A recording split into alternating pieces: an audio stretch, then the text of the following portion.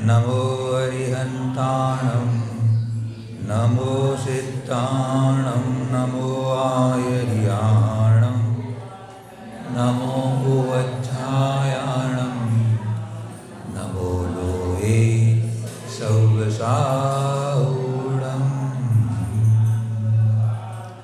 नरेन्द्रं फणेन्द्रं सुरेन्द्रं मदीशं सतेन्द्रं सुपूजे भजे नायशीशं मुनीन्द्रं गणेन्द्रं नमो जोड़िहातं नमो देवदेवं सदा पार्श्वनाथम्।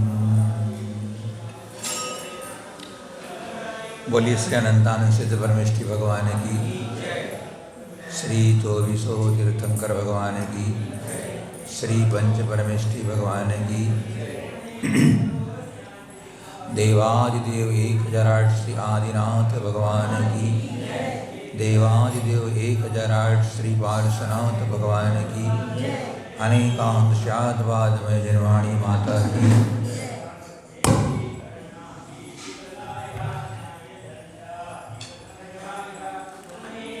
परम पूज्य प्रातः स्मरणी त्रिकाल वंदनी श्रमण शिरोमणि योगेंद्र चूड़ामणि धर्म साम्राज्य नायक युग प्रवर्तक गुरु नाम गुरु मुनिकुल पितामह जिनवाणी संरक्षक तीर्थ उद्धारक संस्कृति संवर्धक जीवंत समय सार घोराधिघोर उपसर्ग परिसहजेता श्री निष्कितवत कर्ता सम्यक रत्न समाधि सम्राट प्रथमाचार्य चारित्र चक्रवर्ती आचार्य श्री शांति सागर जी महामुनिराज की जय।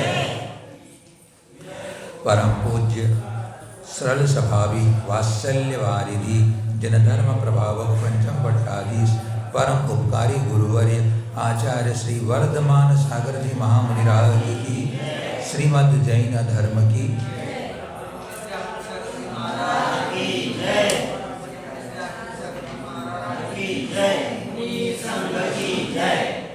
तज्जयति परम ज्योति समं समस्तैरनंत पर्यायै दर्पणतल इव सकला प्रतिफलति पदार्थ मालिका यत्र।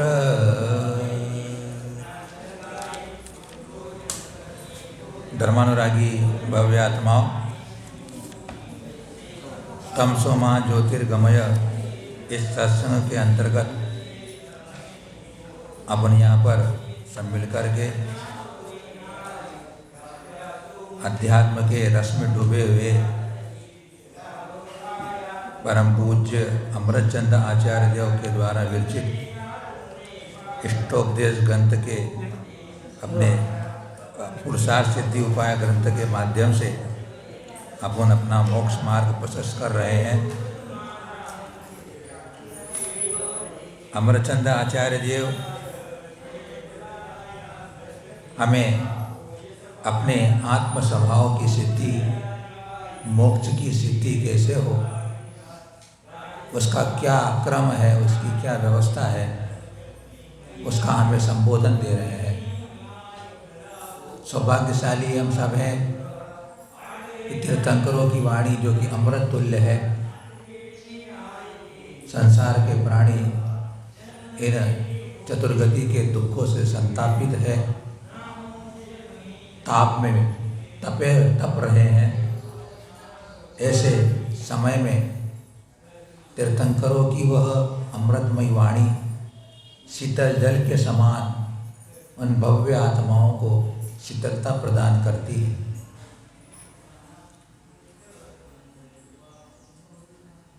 परम ज्योति जो कि केवल ज्ञान होता है, उसको प्रणाम करके अनेकांश आध्यात्मयी आगम को स्मरण करके इस ग्रंथ को मैं प्रारंभ करता हूँ, ऐसा उन्होंने संकल्प किया।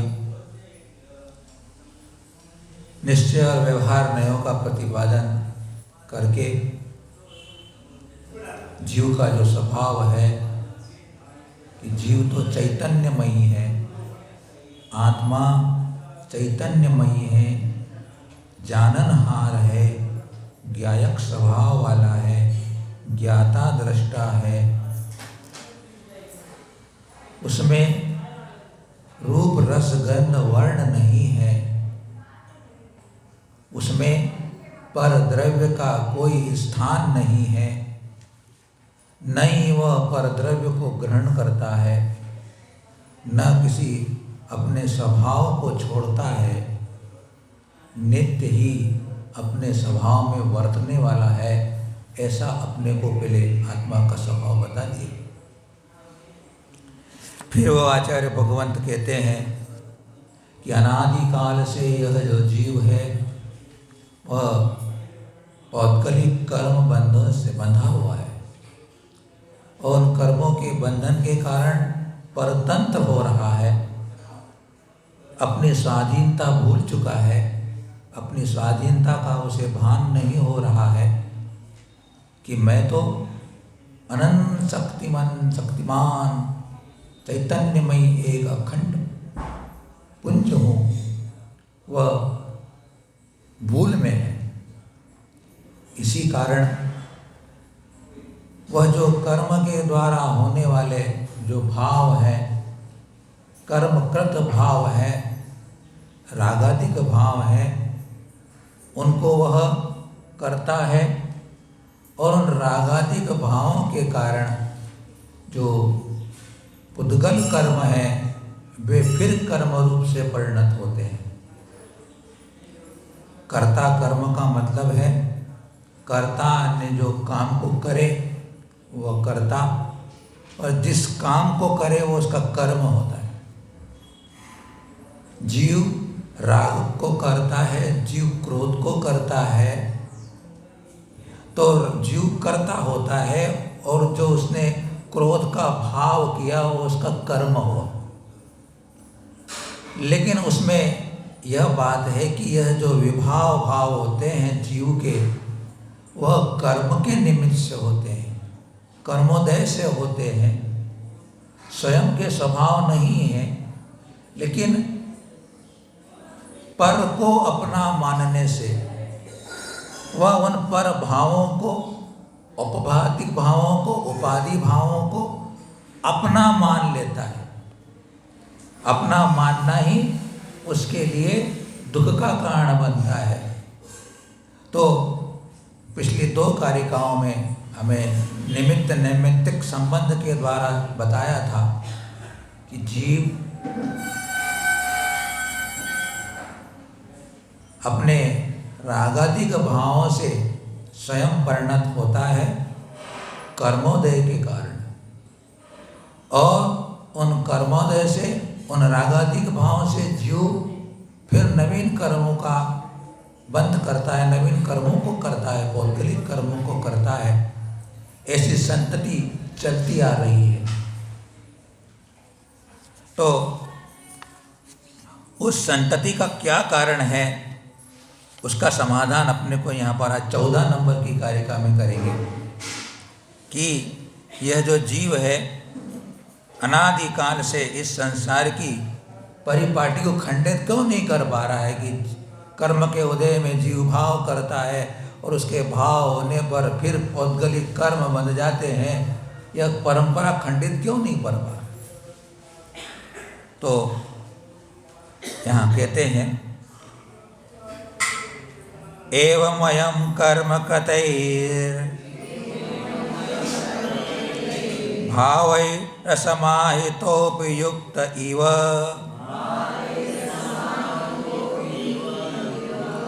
प्रतिभाति बालिशानां प्रतिभासस खलु भवबीजम्।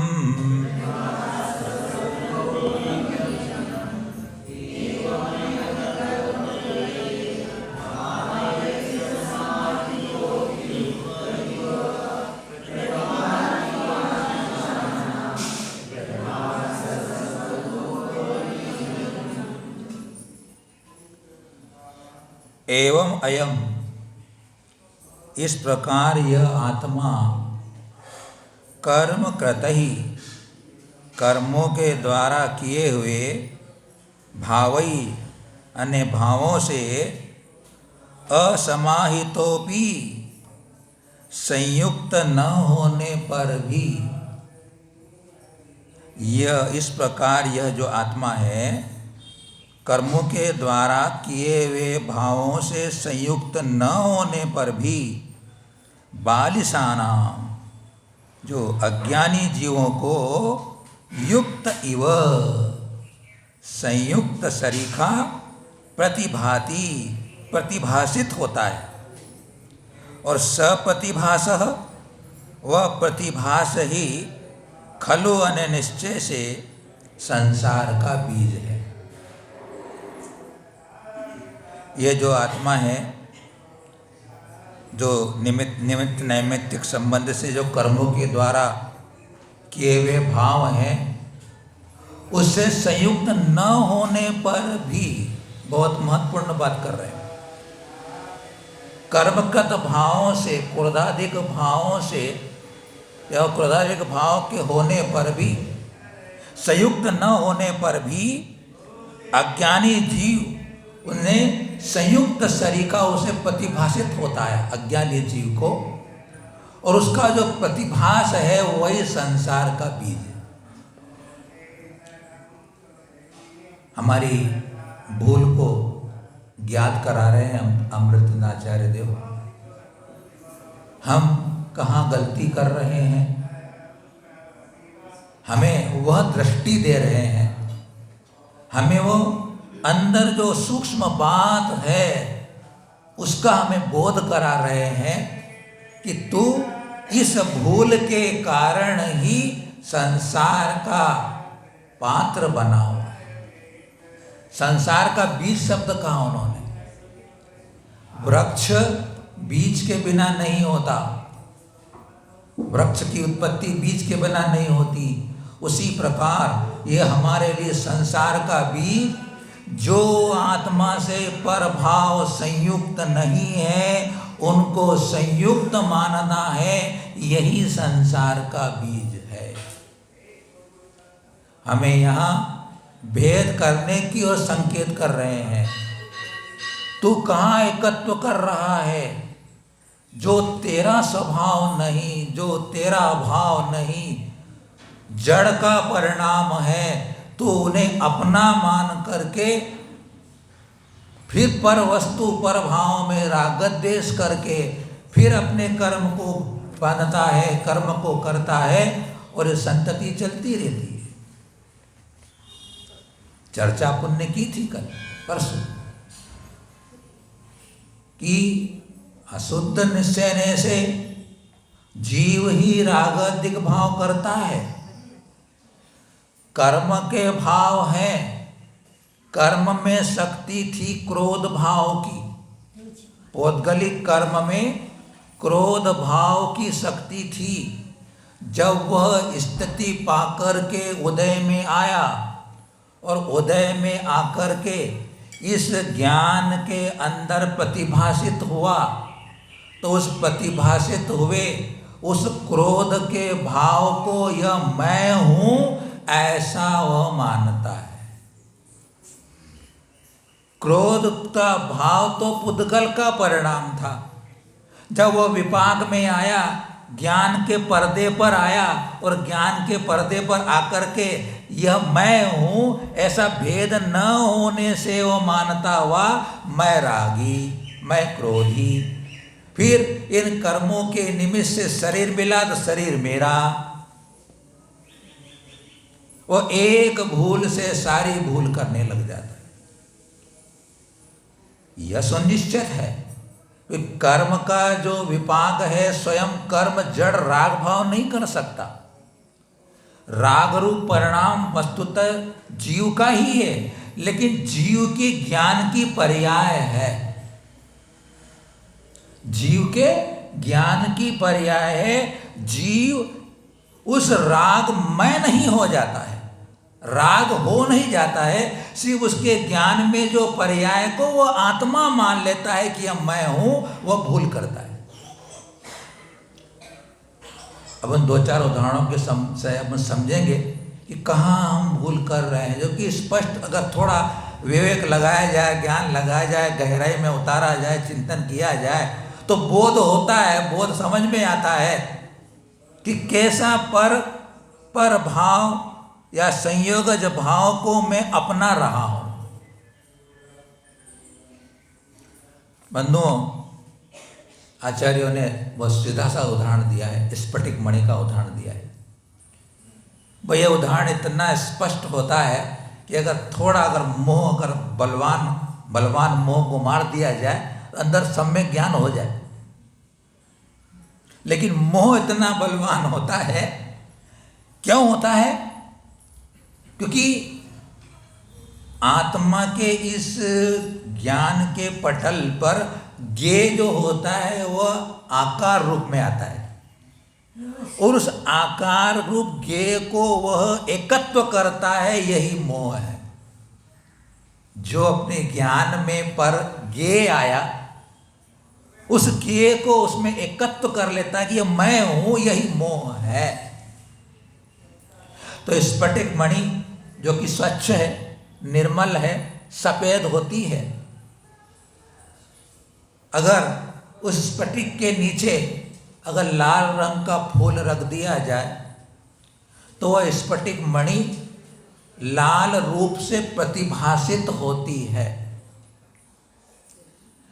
और जिन्हें यह नहीं मालूम है कि स्फटिक मणि स्वच्छ होती है, तो वह उस लाल रूप परिणत हुई मणि को ही वह स्फटिक लाल है ऐसा वह मानता या जानता है। लेकिन जो पारखी है, जौहरी है, वह उस लाल रंग के उपाधि से, लाल रंग के संयोग से या लाल रंग के फूल के संयोग से स्फटिक जो लाल रूप से परिणत हुई, तो वह स्फटिक मणि को लाल नहीं समझता है। बोले यह लालपना तो फूल की उपाधि का है, स्फटिक का नहीं है, ऐसा वह अपने अंदर जान लेता है। क्योंकि वह ऊपर ही ज्ञान की पर्याय में वह परिणत हुआ है परभाव। आत्मा द्रव्य रूप से परिणत नहीं होता है, यही इसके अंदर रहस्य की बात है। क्योंकि राग भाव या क्रोध भाव उस पुद्गल का परिणाम है, और पुद्गल हमारे जिनेंद्र भगवान ने सारी सृष्टि की व्यवस्था फिक्स कर रखी है कि 6 द्रव्य है, 6 द्रव्य अपने स्वभाव में ही परिणमन करते हैं। 6 द्रव्यों से भरा हुआ यह लोक है, एक में एक सब है, फिर भी सभी द्रव्य अपने अपने स्वभाव में परिणमन करते हुए स्वतंत्र है। सिर्फ हमारे इन 6 द्रव्यों में से 4 द्रव्य तो बेचारे विकार नहीं करते, वो तो बेचारे हैं, वो परिणमन विकार रूप नहीं करते, क्योंकि उसमें अन्य का सहयोग होता ही नहीं, कि सदा शुद्ध ही रहते हैं। लेकिन दो द्रव्य हैं, जीव और पुद्गल, ये विकारी भी होते हैं, ये अशुद्ध रूप परिणमन भी करते हैं, क्योंकि ये पर से संयोग कर लेते हैं, पर के साथ संबंध जुटा लेते हैं, इसलिए इनका विकारी भाव भी उनका होता है। लेकिन विकारी भाव होते हुए भी उनका वो स्वभाव नहीं होता है। सिर्फ बात ये है, जब विकार कह रहे हैं, उनका हमने चर्चा की थी, विकार का मतलब स्वभाव नहीं, विकार का मतलब पर उपाधि से होने वाला भाव। स्वयं परिणमन करता है क्रोध रूप, लेकिन क्रोध उसका स्वयं की संपदा नहीं है, उसकी संपदा तो ज्ञायक है, वो तो जाननहार है, वो तो जानता ही है, लेकिन भेद न होने से वह पर को अपना मानता आ रहा है, यही उसकी भूल है। किसी को अपनी जाति का निर्णय नहीं हुआ हो, ऐसा कोई एक पंडित अगर किसी शूद्र व्यक्ति की यहाँ पलता है, बढ़ता है, फलीभूत होता है, तो वह अपने को शूद्र ही मानता है। लेकिन जब उसे ज्ञात हो जाता है कि मैं तो ब्राह्मण हूँ, मैं शूद्र नहीं हूँ, जब उसे अपना बोध हो जाता है तो उसकी परिणति बदल जाती है। अब वह शूद्र रूप से व्यवहार नहीं करता है। ठीक इसी प्रकार हम भी इस शरीर के साथ, इस शरीर रूप शूद्र से संपर्क को प्राप्त करके अपन अपने को शूद्र मान रहे। इस शरीर पौद्गलिक शरीर से उसके साथ रह करके, उसके साथ संबंध प्राप्त करके अपन अपने को भी शरीर रूप शूद्र मान रहे हैं और अपने को शरीर मान करके शरीर के दुखों को दूर करने के लिए दिन रात प्रयत्न कर रहे हैं, उसे हष्ट पुष्ट करने, सुधारने, उसके दुखों को दूर करने के लिए। लेकिन शरीर के दुख को दूर करने, शरीर के दुख दूर नहीं होंगे। आत्मा का दुख दूर कर दिया जाए तो शरीर के दुख नहीं होने वाले हैं। आत्मा का जो दुख है, पर परिणति करना, पर को अपना मानना, विपरीत अभिनिवेश करना, मिथ्यात्व का परिणाम करना, यही मेरा दुख है। अगर ये दुख दूर कर देता हूं तो मेरे को कभी शरीर का दुख होने वाला नहीं। दर्पण होता है, दर्पण स्वच्छ है, उसका स्वभाव है कि उसमें जो कुछ भी अगर आएगा सामने तो प्रतिबिंबित करता है। दर्पण के सामने मयूर नृत्य करता है। मयूर नृत्य करता है तो उस दर्पण में भी नृत्य करता हुआ मयूर दिखाई देता है, परंतु वह तो है अचेतन। दर्पण में जो हमें को नृत्य करता हुआ मयूर दिखाई दे रहा है वह वस्तुतः तो अचेतन है, फिर भी नाचता हुआ लगता है तो मानो कि वास्तविक है। और बालक उसे पकड़ने चला जाता है, बालक उसे पकड़ने चला जाता है। इसलिए इन्हें क्या कहा, बालिशानाम, अज्ञानी जीवों को संयुक्त शरीर का प्रतिभाषित होता है। ओरिजिनल वाला मयूर तो बाहर ही है, भीतर भिन्न भारी है, उसका प्रतिबिंब सिर्फ उस दर्पण में आता है और वह दर्पण समझे कि मैं मयूरी हो गया हूं तो गड़बड़ हो जाती है। दर्पण तो जड़ है, वो नहीं करता। लेकिन ऐसे ही आत्मा का भाव होता है कि पर जब अपने ज्ञायक भाव में आता है, ज्ञेय रूप में अपना वस्तुतः, अगर वस्तुतः परमाणु से देखते हैं तो अपना तो सिर्फ ज्ञेय ज्ञायक संबंध है। लेकिन ज्ञेय ज्ञायक संबंध को हम स्वसाम्य संबंध बना लेते हैं। मैं हूं, मेरा हूं, यह भ्रम चलता आ रहा है। सिर्फ हमें एक ही चीज करना है, उल्टे घड़े को सीधा करना है। उल्टा घड़ा रखा हुआ है, सीधा घड़ा करना है कि जो जिससे मैं संयुक्त न हुआ हूं, न होता हूं, न होऊंगा, ऐसा जो पर द्रव्य, पर भाव, तीन चीजें मेरे पास जुड़ी हुई है। सबसे पहले जुड़ा हुआ है पौद्गलिक कर्म, और उन कर्म के निमित्त से होने वाले परमार्थ नय से अज्ञान में जड़ रूप भाव रागादिक, और उस कर्म के उदय से संयोग होने वाला इस शरीर, ये तीन चीजों के साथ मेरा ऐसा घनिष्ठ संबंध अपनी श्रद्धा और आस्था और विश्वास में हो गया है, ये तीनों मैं हूं। जबकि ये पुद्गल के परिणाम है, जड़ है, अज्ञान है, इनमें किसी प्रकार की चेतना नहीं है। और जब शरीर को अपना मान लिया जाता है तो शरीर से जितने संबंध बनते हैं वे सिर्फ भी आत्मिक हुआ जाते हैं। शरीर से शादी करने के बाद बेटा पुत्र हुआ, मैं मेरा, कुटुंबीजन बन गए, सब मेरे मेरे और मैं इनका। ऐसे इस शरीर के संपर्क से वह सब कुछ अपना संसार बढ़ाता चला जाता है। इसलिए शरीर और कर्म ही, क्योंकि कर्म भी शरीर भी कर्म के उदय से प्राप्त हो रहा है। क्योंकि वह, अब देखिए अपन, कल जो मैंने भोजन किया था उस भोजन का स्वाद मुझे अभी नहीं है, लेकिन उस भोजन के स्वाद का ज्ञान है। तो मेरा ज्ञान तो अभी भी है, कल भी था और आगे भी रहेगा। लेकिन जो मैंने कल ज्ञान रस का स्वाद, भोजन का स्वाद लिया था वह नहीं हुआ, क्योंकि वो मैं नहीं था, वह मैं नहीं था। मैं तो अभी हूं जो कल भी था, जो कल जान रहा था वो भी आज जानने वाला आज मैं हूं। इसलिए मैं तो जो नष्ट हो गया वो मैं नहीं हूं। नष्ट हो गया वो मैं नहीं हूं, वो तो उस पुद्गल की पर्याय थी। कर्म निमित्तक मेरे अज्ञानमय भाव थे, वो नष्ट होते हैं, उत्पन्न होते हैं। मैं नष्ट होता हूँ, उत्पन्न होता हूँ, मैं सदा एक रूप रहता हूँ, ऐसा वह वेद विज्ञानी ज्ञानी समझता है। कैसा होता है? सिनेमा होता है, सिनेमा में फिल्म की रील होती है।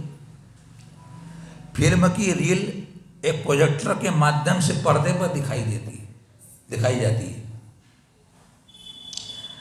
तो जो प्रोजेक्टर है वो मेरा ज्ञान है, और जो मेरी आत्मा है वो पर्दा है। उस प्रोजेक्टर का प्रकाश मेरे अंदर जो कर्म है, उन कर्म का विपाक जो है वो मेरे ज्ञान आत्मा के पर्दे पर आता है, उस ज्ञान के माध्यम से। क्योंकि पर्दे पर हमको चलते फिरते हुए चित्र दिखाई देते, लेकिन फिल्म जड़ थी, उससे उस प्रोजेक्टर के माध्यम से हमको चलते फिरते ओरिजिनल दिखाते हैं। और सिनेमा देखने वाला व्यक्ति उनको उस समय वास्तविक ही समझ के देखता है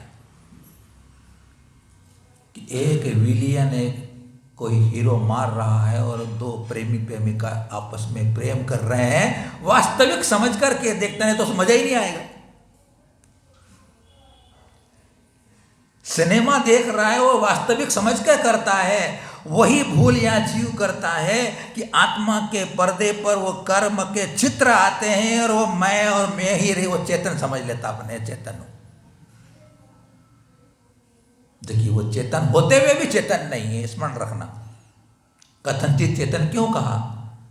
क्योंकि पुद्गल जड़ में तो राग भाव क्रोध करने की सामर्थ्य है नहीं, जिसमें जो योग्यता होती है उसी में प्रकट होती है।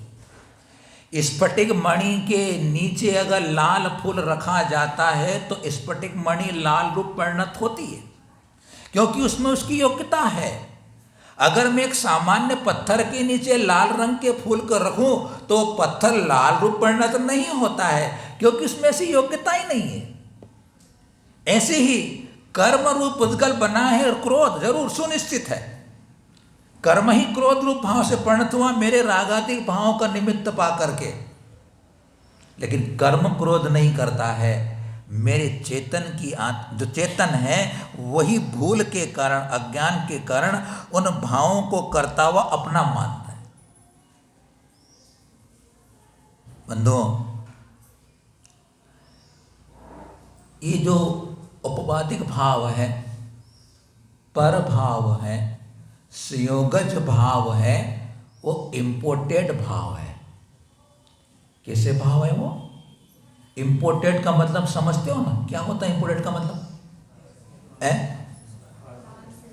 विदेशी है, बाहर से आए हुए हैं, अपने देश के नई चीज होती है, इसलिए वो इंपोर्टेड कहलाती है ना? वैसे ही क्रोध आदि जो भाव है वो इंपोर्टेड है। क्या है वो? इंपोर्टेड। देखो, आप माँ भोजन बना रही है और छोटा बालक जिद्दी कर रहा है कि मेरे को खिलौना दो, बोले। माँ सुन नहीं रही है तो वो बच्चा उस माँ की साड़ी खींच करके बोलता है मेरे को साड़ी में खिलौना ला के दो। माँ काम में लगी हुई है तो उसको काम करना जरूरी है, बेटे की बात पर ध्यान नहीं दे रही है। 4 बार जिद्दी करता, साड़ी खींचता, चिल्लाता, तो माँ बोलती देख मुझे गुस्सा आ जाएगा तो 2-4 रसीद कर दूंगी, बोले मैं। क्या बोलते आप लोग? मुझे गुस्सा आ गया ना तो तुम्हें 2-4 रसीद कर दूंगी। इसका मतलब क्या हुआ कि क्रोध आ गया तो मतलब बाहर से आ रहा है, इंपोर्टेड है, अपना निज शुद्ध स्वभाव नहीं है। इसलिए उस पर भाव को, संयोगज भाव को तो अपना क्यों मान रहा है? संयोगज भाव का मतलब क्या होता है? लाल हल्दी और चूने को मिला दें तो लाल रंग हो जाता है। हल्दी अकेली हो तो लाल परिणत नहीं करती, चूना सफेद हो तो वह परिणत नहीं होता है लाल रंग। दोनों के मिल जाने पर लाल रंग प्रकट होता है। वैसे अकेला क्रोध नहीं कर सकता कर्म, अकेला जीव क्रोध नहीं कर सकता, दोनों के संयोग से क्रोध भाव उत्पन्न होता। पुत्र की उत्पत्ति अकेले पिता से नहीं होती है, पुत्र की उत्पत्ति अकेले माता से नहीं होती है, पिता और माता के संयोग से पुत्र की उत्पत्ति होती है। इसको बोलते संयोगज भाव। शरीर का भी मेरे साथ संयोग भाव है। कर्म के विपाक से इस शरीर जीव को शरीर की प्राप्ति होती है, लेकिन संयोगज भाव होने से वियोग को प्राप्त हो जाता है। वो जिसका भी संयोग होना है उसका वियोग निश्चित है। कितनी देर तक क्रोध आपके पास रहता है? क्रोध आप कुछ देर के लिए बात करते हो और क्रोध छूट जाता है, फिर दूसरा कोई भाव आ जाता है, फिर दूसरा कोई भाव आता है। ये क्रोध की, मान की, कसाय की, राग की, देश की, वेद की परिणति चलती रहती है, तरंगे चलती रहती है। वो तो उत्पन्न हो रहे, नष्ट हो रहे हैं, उत्पन्न हो रहे, नष्ट हो रहे, लेकिन जानने वाला तो वहाँ का वहीं है। बस जो जान रहा है वो मैं हूँ, वही अपने को जानना है।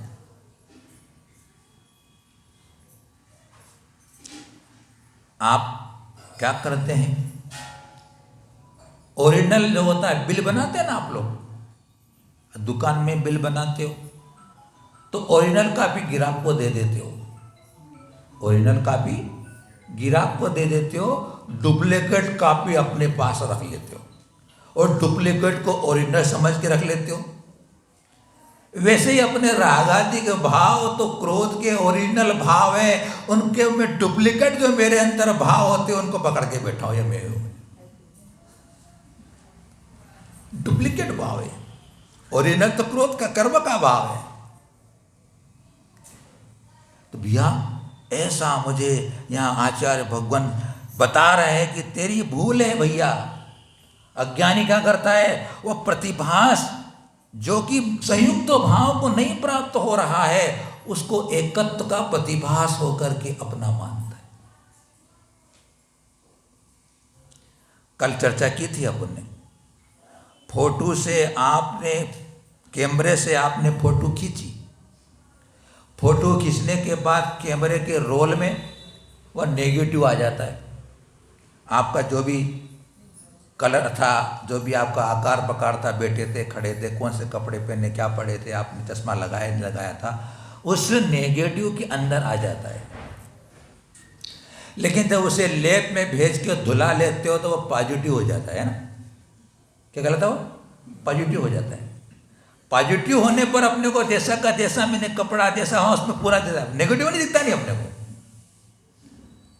तो कर्म में जब रागादिक भाव मैंने जिस समय किए थे, उस समय कारमान वर्गणाओं में मेरे भाव छप गए थे नेगेटिव में। मैंने जो भाव किए, मैं इसको सताऊंगा, इसको मारूंगा, मैं इससे प्रेम करूंगा, इससे राग करूंगा, ये मेरा है, ये मेरा पराया है, ये सुखी करता है, दुखी करता है, ये शत्रु है, ये मित्र है, ऐसा मैंने भाव किया था। वही का वही भाव मेरे उस कैमरे के रोल के समान मेरे अंदर कारमान वर्गणाएं बैठी हुई है, छप जाता है, खींच लिया जाता है। तो वह हुआ कर्म का भाव। वह क्या हुआ? कर्म का भाव ने कर्म में फल देने की शक्ति आ गई, वह हुआ कर्म का भाव। इसे भाव कर्म कहा जाता है। कर्मकांड के अंदर द्रव्य कर्म, भाव कर्म की चर्चा आती है। ज्ञानावर्णादि जो पौद्गलिक है कर्म, वो तो द्रव्य कर्म है, और उस द्रव्य कर्म में फल देने की जो सामर्थ्य है, शक्ति है, जिसे आप अनुभाग नाम बोलते हो, जो उसमें अनुभाग पड़ जाता है, वह भाव कर्म है। वो क्या है? भाव कर्म। वही जब काल पाकर के स्थिति पूर्ण करके उदय में आता है तो अपना फल देता है, और वो फल जीव के ज्ञान में आता है और जीव उसे अपना पकड़ लेता है। भेद नहीं है उसको अपना। बात समझ में आ रही नहीं आ रही? इतने दृष्टांत से मैं स्पष्ट रूप से समझ सकता हूं कि कोई भी प्रभाव मेरा होता नहीं न हो सकता है, लेकिन जो मुझे प्रतिभास अपने जैसा होता आ रहा है वही मैं भूल कर रहा हूं। तो कैमरे में जब वह रोल पॉजिटिव हो गया, वही जब कर्म उदय में आ गया तो पॉजिटिव हो जाता। दुला लिया अपने रोल को तो पॉजिटिव हो गया, वो सामने स्पष्ट हो जाता है। उसी प्रकार कर्म उदय में आकर मेरे ज्ञान की पर्याय में आता है तो वह पॉजिटिव हो जाकर मुझे गाफिल कर देता है। जिस प्रकार स्फटिक मणि को समझने, स्वभाव को समझने वाला स्फटिक मणि का लाल रंग अपना नहीं मानता है। शुद्ध सोना अगर कीचड़ में पड़ा हुआ हो, शुद्ध सोना कीचड़ में पड़ा हुआ हो, तो जो जोहरी है, शराबी को शराब को जानने वाला है, वह तटस्थ है, वह निश्चिंत है कि इस सोने का कुछ भी नहीं बिगड़ने वाला है, यह तो ऊपर से लगा हुआ है। लेकिन जो सोने की शुद्धता को नहीं जानता है तो वह उस कीचड़ सहित सोने को सोना रूप समझता है। सिर्फ अपने को अंतर की द्रव्य दृष्टि को, अंदर की दिव्य दृष्टि को खोलना है, अंतर की दृष्टि को खोलना है। अंतर में जाकर के कौन प्रभाव है और स्वभाव मेरा कौन है, उसको अपने को देखना है। इसी भूल को अपने को एक स्तुति में पंडित जी अपने याद दिलाते हैं। मैं भ्रम्यो अपन पो विसरी आप, अपनाए विधि फल पुण्य पाप। क्या कह रहे हैं? मैं भ्रम्यो अपन को विसरी आप, मैं संसार में चतुर्गति में दुख का पात्र बना हुआ हूं। उसका एकमात्र कारण है अपने स्वभाव को भूल करके मैं भ्रमण कर रहा हूं। विसरी आप कि मैं राग नहीं हूं, मैं मनुष्य नहीं, मैं तिर्यंश नहीं। यह सब कर्म उदय से होने वाले अज्ञान में संयोगी भाव है। मैं इन सब का ज्ञायक स्वभाव वाला आत्मा हूं। ऐसा मैं आज तक भेद नहीं करने के कारण यह सुनिश्चित है। सम्यक दृष्टि को भी भेद ज्ञान हो जाने के बाद वह भी कहता है कि मैं मनुष्य हूँ, मेरा शरीर दुख रहा है, ये बेटा मेरा है। इतना कहने के बाद भी उस सम्यक दृष्टि भेद ज्ञानी जीव को पर में एकत्व बुद्धि का भाव नहीं होता है, श्रद्धा नहीं रहता है।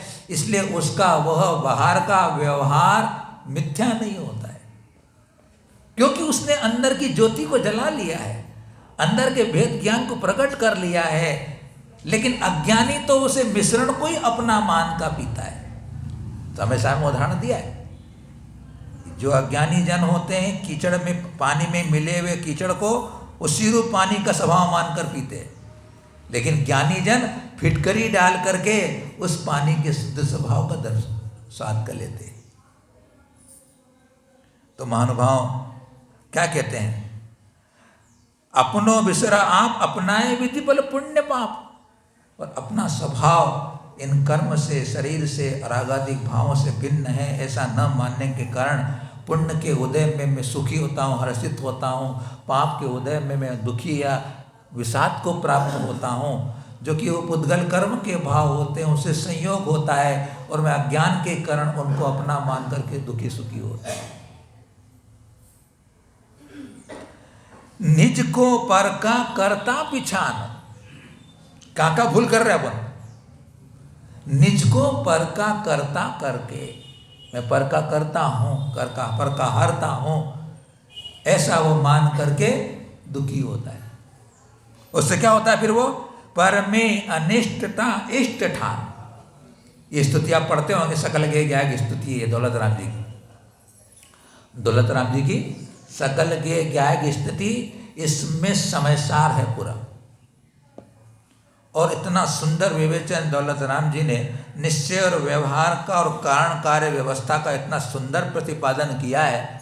अगर इसकी गहराई में जाके चिंतन करें तो यह छोटा समय सार है। तो वह इष्ट अनिष्ट की कल्पना करके आकुलित होता है वह पुण्य पाप के फल में हर्ष विषाद करता हुआ। फिर क्या करता है, अज्ञान धार जो मृग मृग तृष्णा जानी वारी, जिस प्रकार की मृग तृष्णा के कारण वह हिरण भागता रहता है, वो रेत में दिखने वाले काल्पनिक पानी को पानी समझ करके भागता रहता है, लेकिन पानी मिलता नहीं है, इसलिए वह मृग तृष्णा जानी वारी। अब फिर अपनी भूल बता रहे, तन परिणति में आपो चितार कबहून अनुभव शब्द सार। मूल बात कह दी उनने, तन परिणति में आपो चितार, शरीर में आत्मा की बुद्धि, शरीर मैं, शरीर मेरा, शरीर में अहंकार ममकार बुद्धि, तन परिणति में आपो चितार कबहून अनुभव स्वपद सार। स्वपद जो अपना है, अपना स्वपद है, उसका कभी अनुभव नहीं किया, उसका कभी सही सम्यक ज्ञान नहीं किया, उसकी अनुभूति नहीं की कि मैं तो इन पर संयोग भावों से भिन्न एक चैतन्य ज्ञानमय मूर्ति हूँ, वह नहीं आज तक मैंने अनुभव किया, इसीलिए दुख का भाजन बना। तो यह विचारक कहते हैं कि जो अज्ञानी है, अज्ञानी की बुद्धि आकार तक सीमित है, ज्ञेय है, परद्रव्य ज्ञेय है जो आकार रूप होते हैं। तो अज्ञानी की बुद्धि आकार तक सीमित रहती है और ज्ञानी आकार के पार निराकार को ध्याता है। ज्ञानी आकार के पार निराकार को ध्याता है, और निराकार यानी स्व को, और आकार पर का होता है, पुद्गल का आकार होता है, आत्मा निराकार, निरंजन निराकार ज्योति स्वरूप। तो यहाँ ये अपनी इन भूलों को बताकर कि तेरा भव बीज का कारण एक तूने, जो कि पर कर्म कृत भाव से तू उन भाव से सम्मिलित न होकर के भी अज्ञान दशा से उनसे सम्मिलित हुआ प्रतिभाषित होता है, करता है, उस भूल का कारण तेरे संसार का बीज है। इसलिए आज के इस विचार को घर में जाकर के एकांत में बैठ करके बहुत अच्छे से चिंतन मनन करना, उसके स्वभाव और प्रभावों के इन सारी वस्तु व्यवस्था को चिंतन में लाना, तो सुनिश्चित है हमें भी अपने अंदर का जो ज्ञान स्वभाव है वह प्रतिभाषित होगा। चिंतन की गहराई में जाना होगा, अंतर में आपको इन जिनेंद्र की वाणी जब कह रही है कि वो प्रतिभास तू नहीं है, तो प्रतिभास तू नहीं है, वो सम्मिलित हुआ तो एक नहीं हुआ है। समय सार में उदाहरण जरूर दिया है कि जिस प्रकार की तालाब के अंदर काई हो जाती ना, हरी हरी काई हो जाती ना, काई सेवाल ऊपर ही होती है। अमरचंद आचार्य जी ने ऊपरी तरंती शब्द का प्रयोग किया है अपने कलश के अंदर, लेकिन ऊपरी तरंती किस भूमिका में है वो बात को भी समझना। अमरचंद आचार्य देव ने कह दिया कि जो शैवाल है, काई है, वह जल के ऊपर ही ऊपर तर रही है, अंतर नहीं है। बोले वो तो बिल्कुल भिन्न है, सुनिश्चित भिन्न है, दो राय नहीं इसके अंदर, क्योंकि काई तो ऊपर ही रहती है, जल के सख्त नीचे रहता है। लेकिन वह किस भूमिका में वह काई और जल भिन्न भिन्न होता है, उसकी एक भूमिका में जाके समझना होता है। अगर मैंने इस सामान्य अवस्था में, सरागी अवस्था में, प्रमत्त अवस्था में, व्यवहार नय की भूमिका में अगर मैंने उसे शैवाल की तरह भिन्न समझ लिया, तो फिर भिन्न करने की जरूरत ही क्या है? भिन्न करने की जरूरत ही क्या है? वो शैवाल तो ऊपर ऊपर ही है, अंदर है ही नहीं, मेरे अंदर अशुद्धता मेरे अंदर है ही नहीं। अरे अशुद्धता भी व्यवहार में अंदर है, कल पढ़ के आया वो, लेकिन कर्मकृत है, इतना ज्ञान आना चाहिए। शैवाल की तरह ऊपर की ऊपर होकर के भी वह मेरे साथ जब तक संयोग संबंध को प्राप्त हो रही है, फिर वही आगे अपने अगली कारिका में बताएंगे कि तेरे को उस संयोगज भाव को दूर करने का तेरे पास मार्ग क्या है, अगली कारिका में बताने वाले हैं। बस वहीं से पुरुषार्थ सिद्धि प्रारंभ होने वाली है। अभी अपनी भूल बता दी, मूल में भूल बता दी, घड़ा उल्टा रखा है, सीधा करना है। उल्टे घड़े पर सीधा घड़ा नहीं रखा जा सकता है। अभी अपने को उल्टे घड़े का ज्ञान करा दिया कि तेरा घड़ा उल्टा रखा हुआ है। आपसे प्रश्न करूं मैं, बहुत बुद्धिमान लोग, विद्वान लोग बैठे हैं। आपको एक काम दिया जाए कि आप उल्टे घड़े पर सीधा घड़ा करके बताओ हमारे को। बोले मिट्टी का घड़ा है, मिट्टी का उल्टा रखा हुआ है, उसके ऊपर सीधा घड़ा रखना है। अशोक जी, निनाद जी, मैं तो माता बहनों, उल्टे घड़े पर सीधा घड़ा रखना है। रख सकते क्या आप लोग? नहीं रख सकते ना, बिल्कुल नहीं रख सकते आप। और हम पिछले गांव में धर्म सभा में बोला तो एक लड़का खड़ा हो गया, वो लड़का खड़ा हो गया, वो साइंटिस्ट था। वो बोले आज 5 मिनट का समय दो। बोले हमने घोषणा कर दी थी कि अगर कोई उल्टे घड़े पर सीधा घड़ा रख देगा तो गिनीज बुक में उसका नाम देंगे हम, गिनीज बुक में उसका नाम देंगे हम। बोले 5 मिनट का वक्त दो महाराज जी, मैं उल्टे घड़े पर सीधा घड़ा रखता हूँ। बाजार में गया और कोई चीज़ खरीद के लेके आ गया वो, और वह पर्दा लगा करके उसने काम कर दिया। महाराज को बोला महाराज देखो आप उल्टे घड़े पे सीधा घड़ा रख दिया, तुमने कैसे रखा भेद होने वाले भैया? बोले माँ ये बाजार से मैं कोफिक्स लेके आया और चिपका दिया, घड़ा हो गया।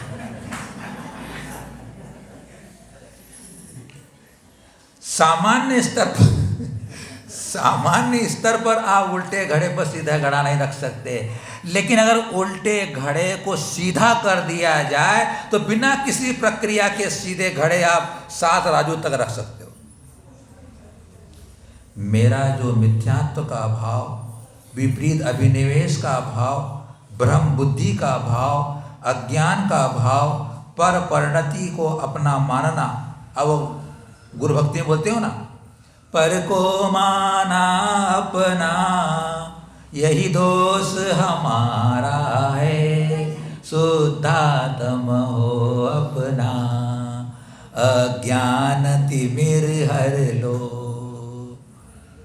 तो वही हमें आज तेरा उल्टा घड़ा रखा है कि तू मिथ्या भ्रांति के कारण इन सब जो संयोग नहीं, संपर्क तेरे साथ बिल्कुल नहीं हुआ है, उनको तू मानता आ रहा है, उसको ठीक कर ले तो तू उस मोक्ष की महल में पहुंच जाएगा।